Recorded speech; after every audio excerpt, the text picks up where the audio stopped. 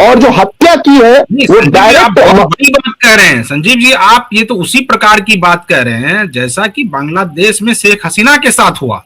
लगभग उसी प्रकार से आप कह रहे हैं कि अगर ममता बनर्जी बंगाल से जाती हैं, यानी कि उनकी सत्ता नहीं वापस आती है, तो उनको हो ना हो भारत छोड़ना पड़ जाए।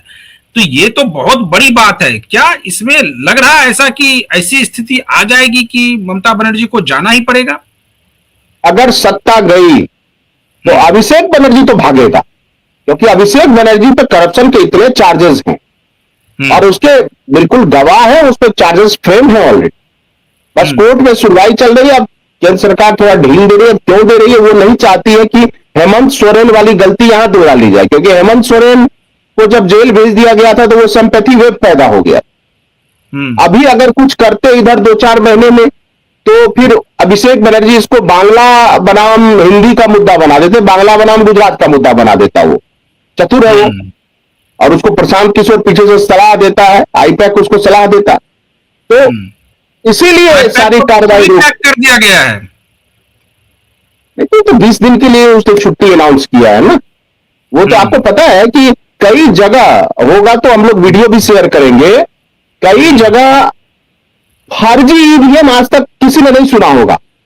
फर्जी ईवीएम के साथ फर्जी टीएमसी के अधिकारी, पार्टी वर्कर्स, वो बिल्कुल गले में माला वाला पहन के ऑफिशियल हो, और उनके पास कोई प्रूफ नहीं कि वो प्रोजाइडिंग ऑफिसर है या सेक्टर मजिस्ट्रेट है, लेकिन वो फर्जी ईवीएम जाके बूथ पे जमा करना चाह रहे हैं वहां जहां स्ट्रांग रूम होता है। सोचिए, ऐसे कई गाड़ियों को पकड़ा गया है बंगाल में। ये बेईमानी की ये स्थिति है। और जो आज जो बम पकड़ा गया है, जो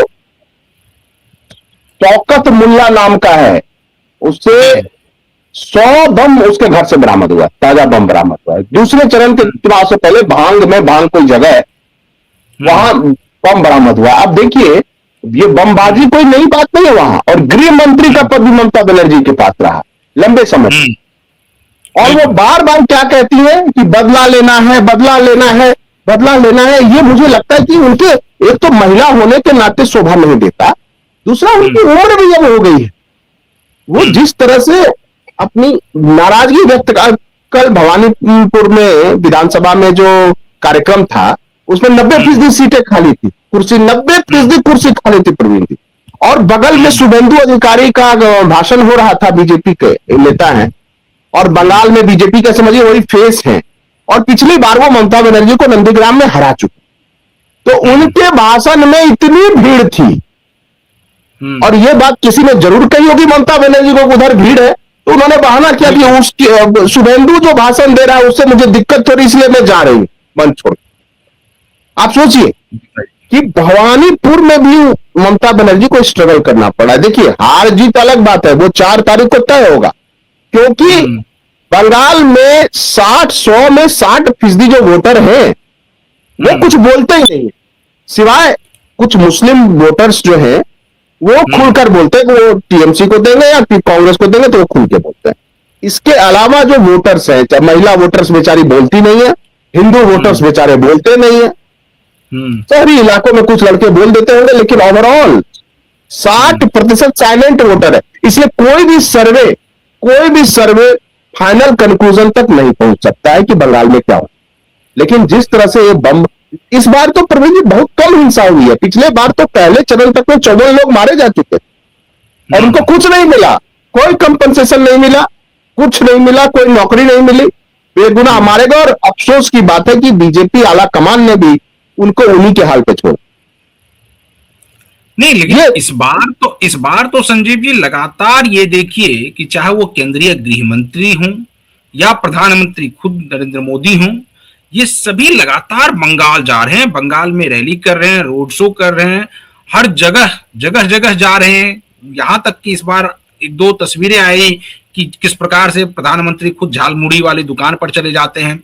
और इस बार लग रहा है आपको कि पहले से, यानी पिछली बार जो चूक भारतीय जनता पार्टी से जहां कमी रह गई थी, उसको भी इस बार भारतीय जनता पार्टी ने भरने की भरपूर कोशिश की है। और उसी का यह नतीजा है कि टीएमसी के कार्यकर्ता हों चाहे नेता हों, सभी एक प्रकार से परेशान हैं और उग्र होने पर उतारू हो गए हैं।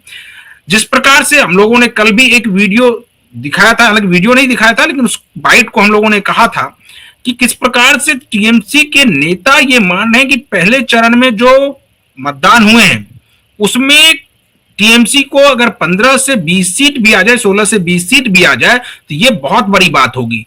क्या ये लग रहा है कि इस बार भारतीय जनता पार्टी पूरी जोर आजमाइश कर रही है बंगाल को जीतने के लिए?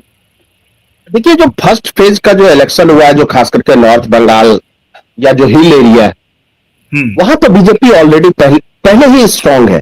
वो कहिए तो बीजेपी के लिए आसान इलाके हैं जहां पे बीजेपी को आत्मविश्वास है कि वहां वो बेहतर प्रदर्शन कर सकते। बीच में वो जंगल महल वाला जो इलाका आता है, झारग्राम, बांकुड़ा, पुरुलिया, इसमें भी बीजेपी बेहतर प्रदर्शन करती रही है, इसलिए वहां भी बीजेपी की स्थिति मजबूत।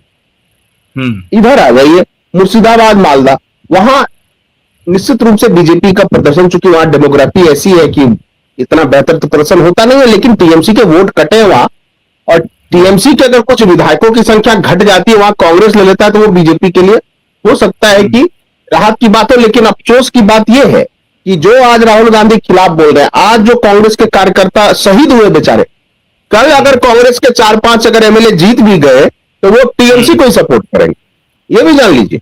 आज भले राहुल गांधी कुछ बोल रहे हैं, लेकिन कल अगर 4 तारीख को जीत गए कुछ कांग्रेस के विधायक और 5-6 विधायक से ही सरकार बनने की होगी, तो वो टीएमसी के विधायक टीएमसी को सपोर्ट करेंगे, वो कांग्रेस के विधायक, चाहे वो सीपीएम का विधायक क्यों ना। यही है राजनीति, जो दिखती है सामने कुछ और पर्दे के पीछे कुछ और। लेकिन अब जो असली बैटलफील्ड है वो साउथ बंगाल, और यहां 144 सीटों पर क्या कर पाती है बीजेपी, क्योंकि ये जो है भद्रलोक का इलाका है, और भद्रलोक महिला, और इसमें मुस्लिमों का बहुत ज्यादा प्रभाव नहीं है, 10-15% हर जगह होंगे वो,